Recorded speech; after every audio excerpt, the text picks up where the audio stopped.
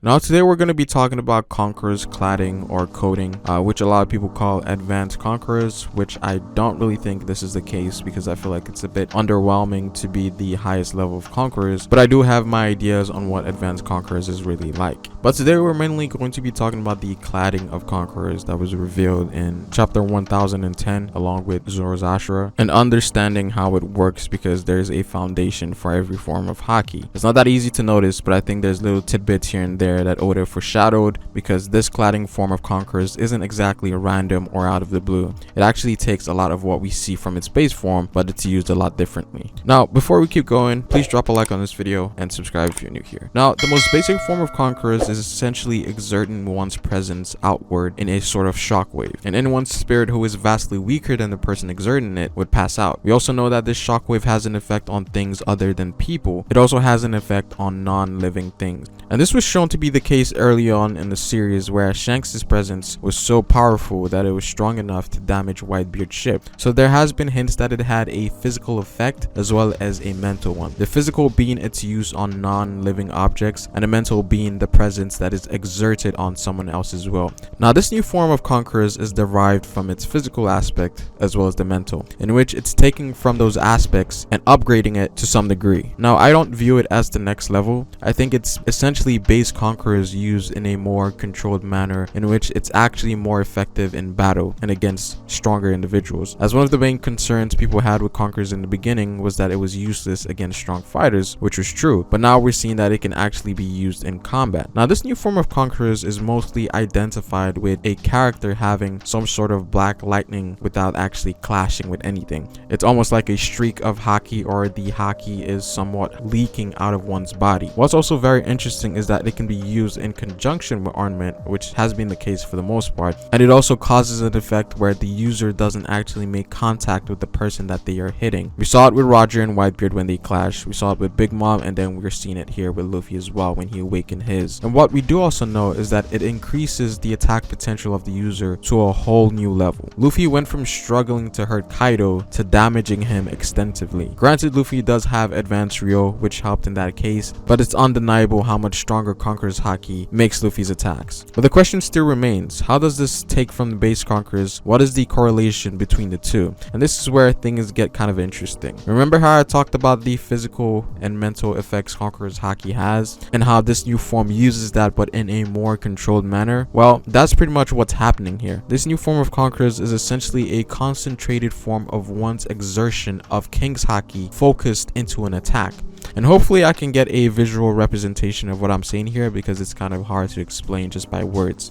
But essentially, Conqueror's Haki, when used, comes in as a wave that affects pretty much all things, including, non-living objects. We saw that in Whole Cake Island. Luffy's King's Haki became so powerful to the point that it causes shockwaves that not only makes people pass out, but it could also destroy his surroundings. Now, instead of the wave traveling outward in a sort of AoE type of effect, imagine the wave being concentrated in Luffy's fist and the exertion being controlled in whatever direction he punches. Essentially, the end result you would get is a concentrated version of King's Haki that is more pinpoint orientated. Not only is the physical aspect enhanced, but also the mental aspect, in which people who get hit by this attack are taking on the full brunt force of one's concentrated Conqueror's Haki. Again, instead of the wave being expelled outward in all directions, it's been expelled from a single point in a specific direction, which is why Luffy's attacks are so much more powerful. And because it is concentrated, it also exerts a much more powerful presence of Conquerors, which again is going back to the mental aspect that I mentioned before. But what you would notice is that everyone who's taken a hit from a Conqueror's Haki blow usually passes out for the most part. When Yamato hit Uchi, it was a knockout. When Kaido used Ragnarok on Luffy, it was a knockout. When Big Mom hit Page 1, it was a knockout. Now granted, some characters did regain consciousness, but it had a temporary effect on one's consciousness, which we're used to seeing when people pass out from Conquerors. And this is the case because it is concentrated into one point. The presence and the pressure one would feel is several times greater, which would explain why it seems like their Haki is leaking.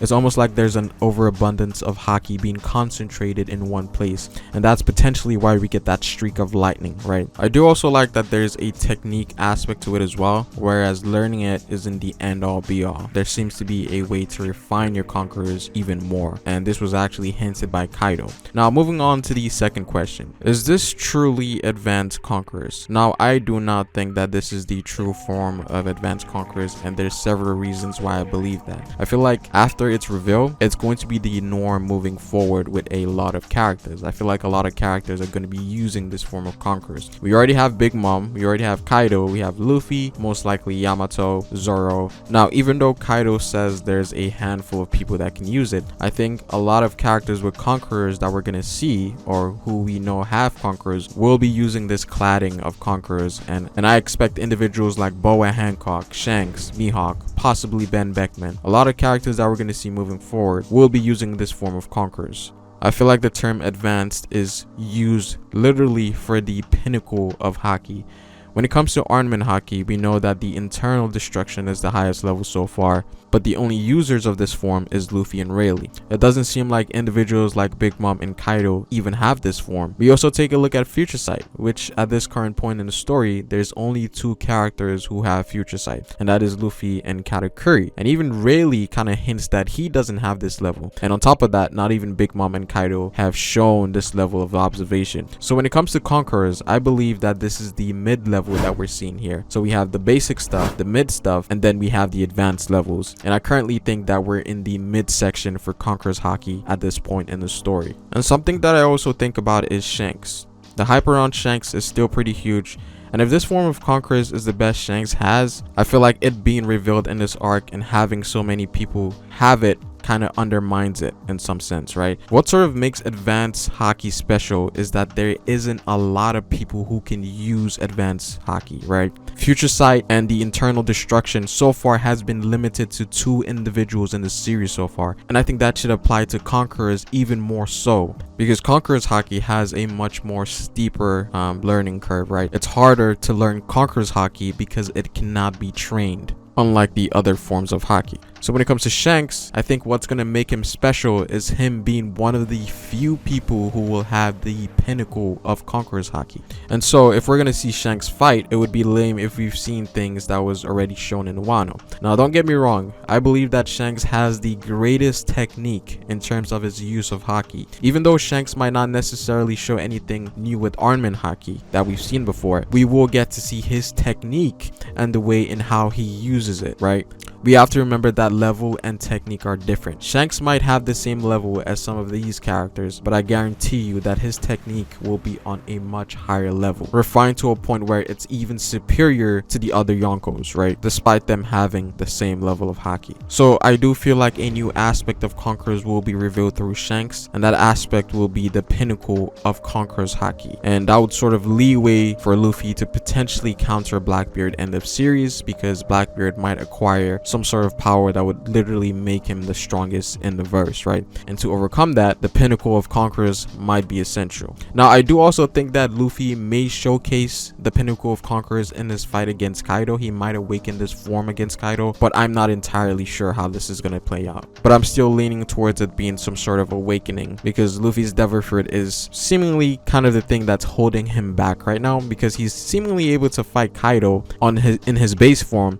Gear 4th hasn't really played a role in all of that yet. So we've got the Haki upgrades in this arc, and I think the Devil Fruit upgrade is next. And again, this is why I believe that awakening of his Devil Fruit, or him getting a new ability pertaining to his Devil Fruit, is what we're going to be getting next with Luffy for him to defeat Kaido. Now I will make a second video pertaining to my idea on what I think the pinnacle of Conquerors is, because I feel like Oda has already dropped a lot of hints in the story for us to get some sort of clues as to what it's going to be. And no, it's not the cladding of Conquerors. Definitely not. That's going to be a video for a different time. But that is pretty much it for this video, guys. Comment down below what you guys think. I would appreciate it if you guys dropped a like on this video.